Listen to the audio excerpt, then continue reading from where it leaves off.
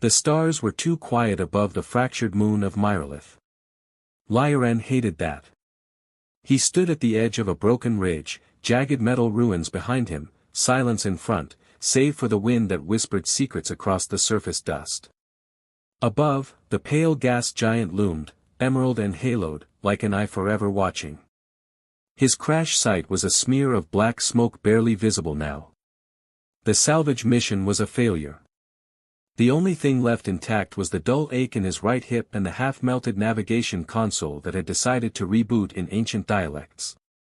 He muttered a curse in common and kicked a piece of wreckage. It clanged against something buried beneath the ash and made a hollow sound. Lyran paused, narrowed his eyes, and crouched. He brushed back the dust with gloved fingers. A hatch. Half covered in debris, but intact. Not military issue. Older. Civilian. He hadn't thought anyone lived on Myrolith anymore, not since the colony collapsed 5 cycles ago. The record said the place had been evacuated. But the hatch was still warm. His fingers hesitated at the edge of the seal. Maybe it was a power leak. Maybe he was just seeing what he wanted. Or maybe, just maybe, he wasn't alone. He triggered the override with a spark tool. The hatch hissed, depressurized, and slid open with a sigh of recycled air and memory. Lyran descended carefully. The tunnel was narrow, lit faintly by mossy biolights embedded in the walls. It spiraled down like a coil of some sleeping creature, until it opened into a chamber that made him freeze. It was a greenhouse. A dome of glass half shattered above, starlight bleeding in through cracked panels. Plants Lyran didn't recognize bloomed in suspended pots, silver vines, thick-stemmed flowers pulsing with faint bioluminescence. The air smelled of mint and rain and something softer. There were murals on the walls, hand-painted, fading. Scenes of people who had lived, and laughed, and lost. And in the center of it all, was her. She sat on a flat stone beside a bubbling stream that shouldn't have existed, kneeling in silence as she coaxed a tendril of vine through her fingers.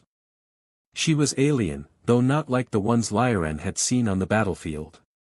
Her skin shimmered like the underlayer of a nebula, soft violet with veins that glowed faintly, like rivers of starlight.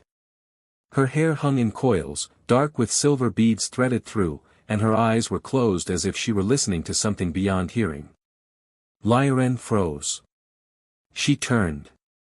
"You are injured." Her voice was soft. Not accusing, not alarmed. Simply observant. "I crashed," he said, surprised at how hoarse his voice sounded in this sacred quiet. "Didn't know this place was inhabited." The woman tilted her head. "Few know. Fewer care. I didn't mean to intrude." She stood, slow and fluid, and stepped toward him. "You are not intruding," she said. "But you are bleeding." He glanced down. His hip wound had reopened. Crimson soaked through the lower side of his flight suit, mixing with dirt and ash. He winced but shrugged. "It's fine." "No, it's not," she replied, stepping closer. Her fingers brushed the edge of his sleeve, and he tensed. Not because she frightened him, though something about her did set him on edge, but because her touch was gentle. Too gentle. Like she had never learned to hurt. "I have seen worse," she murmured. "But not often." Lyran allowed himself to sit as his legs gave a quiet warning throb. She knelt beside him, opened a pouch that unfurled like a flower, and withdrew a bandage that shimmered like spun glass. "What's your name?" he asked. "Scythia." "I'm Lyran." She looked at him for a long moment. "That is a name with loss in it." He almost laughed. "What, do you read minds?" "No. Just blood." She wrapped the bandage around his leg with precise movements. He expected it to sting. Instead, it hummed, low and warm, and the pain dulled instantly. "Your people left this place," he said after a long moment. "Yes," Scythia replied softly. "Most did. I stayed. Why? Scythia glanced upward at the dome. Because someone had to remember the names of the trees. He frowned. That's it? She met his gaze. What else is there? Lyran had no answer. He stayed. Not because he wanted to, not at first. His ship was unsalvageable. The comms were down. And the moon was too far from standard traffic lanes for a distress beacon to catch anything but ghosts. He rationed what food he had, scavenged bits from the wreck, and returned to the dome each night without really planning to. Scythia never asked him to leave. She never asked him to stay either. She simply let him exist. And for the first time in years, that was enough.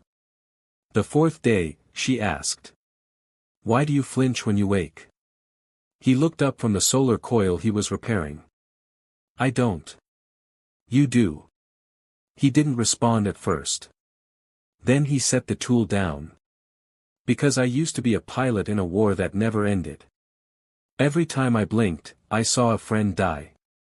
Every time I slept, I forgot who I still had left. So yeah, maybe I flinch. Scythia nodded, like she hadn't expected more. You don't smell like war anymore. That made him blink. What does war smell like? Rust. Smoke. Teeth. They sat in silence for a while. Then, quietly, Lyran asked, and what do I smell like now? She smiled, faint and sad. Rain. On the seventh day, he helped her harvest glowing fruit from the upper boughs of the dome.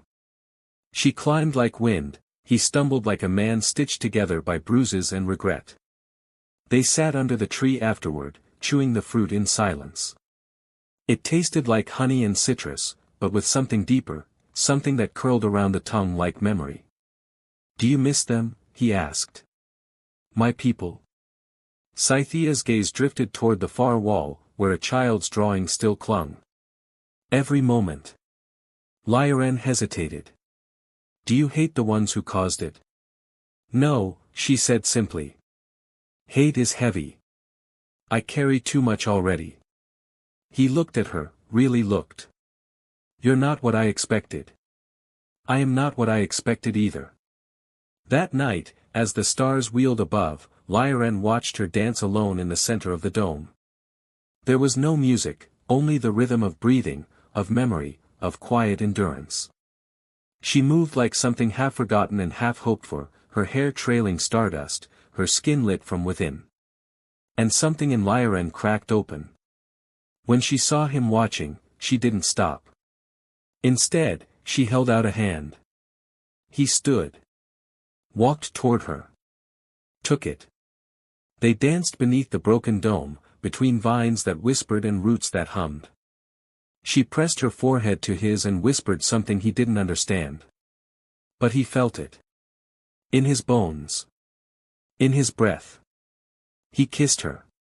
And she kissed him back like she had always known how.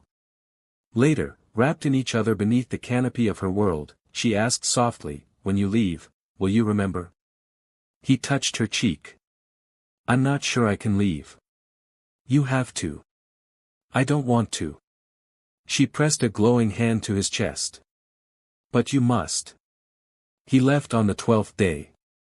A scout ship picked up the distress beacon at last. A medical team patched him up. They asked questions he didn't answer. He didn't tell them about the dome. He didn't tell them about Scythia.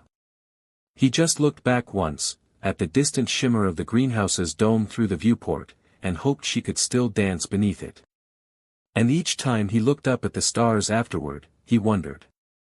Is she still there, waiting for someone else to remember the names of the trees? And if I ever return, will she still smell like rain? The bloom ship Cerulean drifted like a flower petal in space, wide, circular, ringed with open-air gardens that shimmered under artificial suns and mirrored moons. Petals of solar shielding curled and opened in rhythm with its solar rotation. It was beautiful. It was slow. It was exactly the kind of place Jitar hated.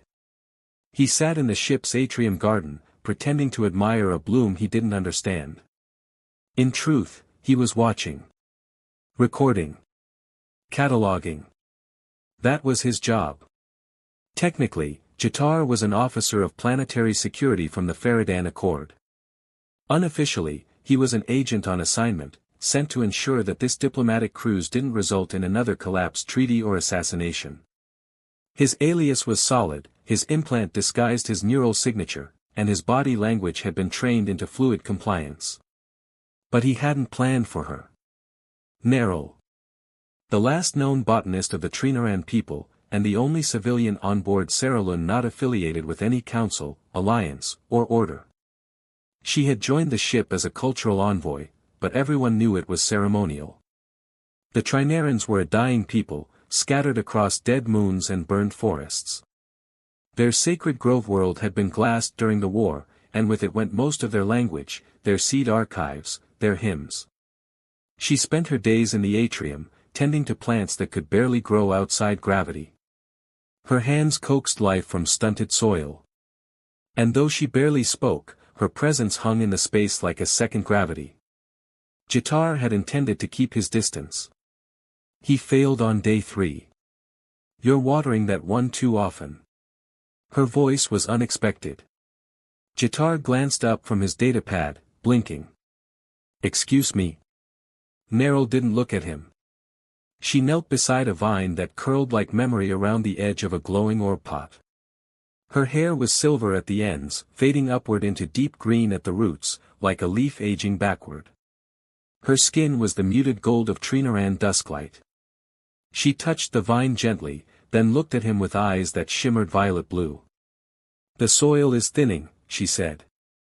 "Its roots are breathing in memory, not water." Jatar frowned. "I didn't know memory could be grown." She tilted her head. "Then you weren't listening." He sat near her again the next day. And the next. Each time, they spoke more. Slowly. Warily. He asked about the plants, she told him stories instead of facts. One leaf was the color of homesickness. Another only bloomed when someone was grieving. A third wept water if touched by someone with a lie on their tongue. That one, she never let him touch. On the 6th day, she asked. "Who do you pretend to be, Jatar?" He froze. "I'm an archivist." "No," Nerul said softly, brushing dirt from her hands. "You're someone who thinks they can't be known." He stared at her. She did not press. Instead, she held out a small bloom. It pulsed violet in his palm. "It only opens in the presence of grief," she said. Jatar didn't speak. The flower opened. By the 10th day, he'd stopped recording. He watched her, not as a mark, but as a quiet kind of miracle. The Trinarans had been known as tree singers, as memory holders. What few remained now scattered their knowledge in seed vaults no one could reach. And here was one of them, still singing to roots, still believing in green. He began to understand her words. Not because he was trained to decode dialects, but because her silence was more eloquent than any briefing he'd ever memorized. He even laughed once. She laughed back. It sounded like sunlight. There was no warning before the attack. The ship shuddered mid-rotation. A streak of silent fire tore through its edge petals. Emergency klaxons followed, dulled by the ship's built-in tone buffers. Peace vessels never screamed. Jatar was up before orders came. He knew the drill. He knew the enemy. An alliance splinter cell. Terrorists. But they weren't there for destruction, they were there to steal information. Diplomats. Or, he realized as soon as he saw the masked ones entering the garden, Nerul. She stood her ground as the first of them approached. Jatar moved without thought. His training took over. He disarmed the attacker before they saw him coming, dropped another with a shock charge, and shielded Nerul with his body. She didn't flinch, didn't ask why he was suddenly moving like a soldier. Only after the last one fell did she speak. You lied. He faced her. I had to. You didn't. He clenched his jaw. They were coming for you. I know. Jitar stepped back. Narrow. But she was already walking away. The aftermath was quiet. Security took over. The ship stabilized. The attackers were gone. But so was something else. Neril didn't speak to him. She tended her plants, but her fingers were gentler now. As if trying not to bruise what had once trusted her. Jitar tried to apologize. Words fell like broken data. I don't hate you, she said finally, not looking up. But you don't trust me either. Neril's hands paused over a trembling vine. You gave me silence and let it grow into meaning, she said. But silence born of lies is just noise waiting to break. Jitar turned to leave. You're right, he said, before walking away. 3 nights passed. Then 4. On the 5th night, he returned to the garden. She wasn't there. Instead, a plant he hadn't seen before stood in her place, a tiny sapling with a single note tied to it in silver thread. It only grows when someone chooses truth after having known how to lie. Beneath the note was a second line. Plant it somewhere quiet. I'll know if it lives. Jitar left Cerulean when the cruise ended. He did not resume his old assignment. Instead, he found a place, quiet, far, unnamed, and planted the sapling. And every week, he returned. The 3rd week, it bloomed. The 5th week, a bird nested in its branches. The 6th, she arrived. Neril. No ship. No explanation. Just a small bag of seeds. I was hoping you'd plant it somewhere it could grow, she said. Jitar didn't speak. She stepped forward. I never needed perfect, she whispered, just honest. He reached out. She took his hand. And in the hush between stars, something rooted itself between them that would not break. Not even if the galaxy tried. Roll never whispered, it roared. Ash swept across its jagged obsidian plains like breath from a dying god. The planet boiled slowly from underneath, lava shifting beneath glassy crust, as if the world itself hadn't decided whether to collapse or erupt. Everything here was dusted in soot and silence. Riven walked alone through the ruins of Velcaroan, one boot dragging a little behind the other, his synthetic eye blinking in slow calibration cycles as the heat blurred the edges of reality. His scanner buzzed. Nothing valuable. Again. He cursed under his breath and kicked a metal beam that had once held up someone's penthouse. It groaned but didn't fall. Nothing on Roll gave in easily, not even debris. Riven had been scavenging this cursed world for almost 2 years. Not for fun. Not for freedom. Just to stay out of the way of the war his parents died in, and the governments that pretended he didn't exist. He was half human, half Karenite, hybrid-born, born to be lost. Too alien for Earth, too human for Carowan. So he dug through other people's wreckage for tech scraps, sold them to desperate traders, and kept his head down. That plan was working. Until he found her. She was half buried in a glass crater, wrapped in soft white cloth that looked too new for Roll. Her skin was unmarked, her lips cracked but not bleeding, her breath faint but steady. She looked clean. Riven had seen corpses still radiating heat, seen soldiers in cryo-ruins thaw into screaming, broken things. He'd never seen this. And he had never seen eyes like that. She opened them just as he knelt. They were bright gray, flecked with gold, like the shards of a broken crown. Don't, she whispered. He pulled back. She coughed once, then passed out. Riven exhaled slowly. Of course, he muttered. Of course today you happen. He brought her back to his bunker. A tunnel beneath the city's bones, sealed with crushed ferroglass and rigged motion sensors. He didn't do guests. He didn't do charity. But there she was, laid out on his emergency cot, a faint warmth returning to her skin. She woke on the second day, eyes wide with confusion. "Where am I?" "You don't remember?" he asked. She looked at her hands like they didn't belong to her. "No." "What's your name?" Silence. "I don't know." Ryvan narrowed his eyes. "Well, that's inconvenient." She smiled weakly. "I could just call myself Trouble." He grunted. "Too late. That's already my name around here." They named her Salira, a mix of the words for light and silence in old Karawan script. She stayed. At first, because she was too weak to leave. Then because the storms above ground never stopped. Then because, slowly, Ryvan stopped pretending he wanted her gone. She was graceful even in confusion. She moved like a woman who once owned a room without speaking. She asked sharp questions, learned tech quickly, and sometimes stared into the walls like she was listening to voices Ryvan couldn't hear. She fixed his water purifier without instructions. She rerouted his scanner grid. She stitched the hem of his old jacket without asking. Ryvan caught himself staring too often. She always noticed. And never looked away. "I think I was important," she said once, as they shared rations on the bunker floor. "You still are," he replied. She tilted her head. "That sounds like something someone who misses being important would say." "No," Ryvan said softly, "that sounds like someone who remembers what people look like when they've lost everything." She was quiet. Then, without smiling, she said, "Thank you."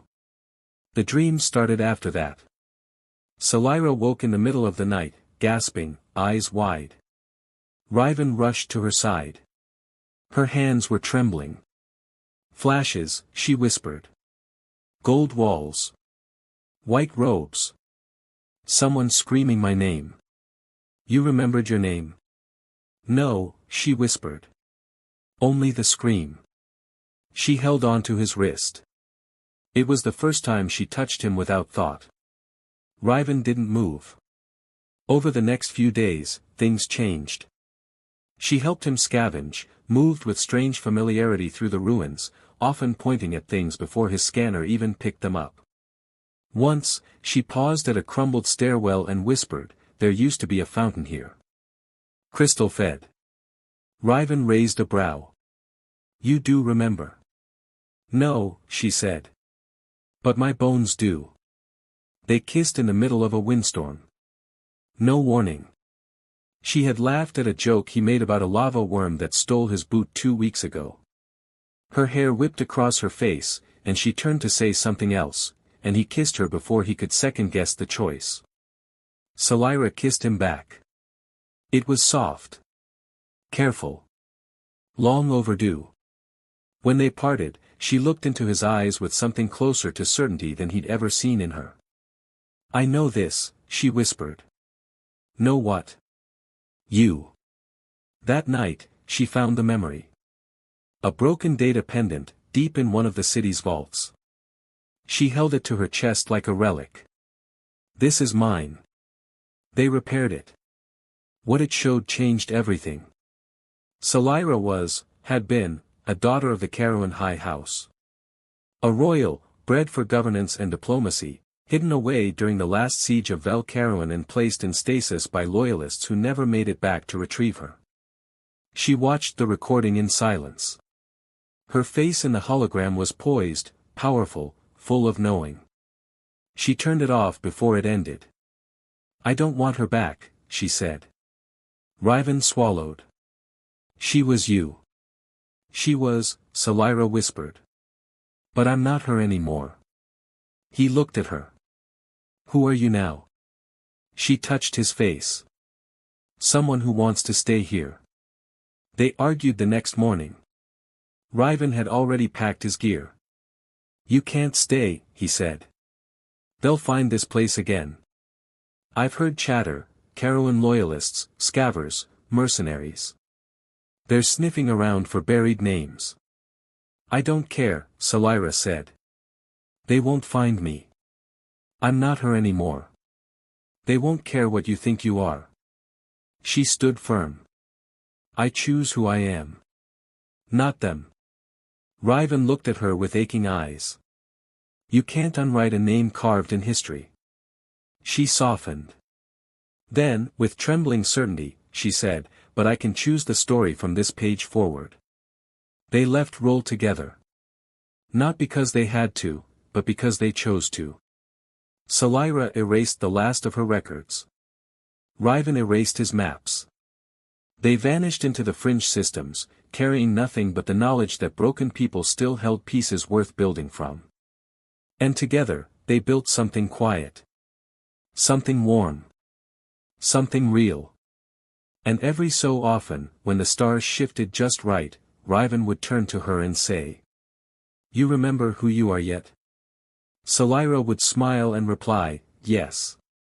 I'm yours."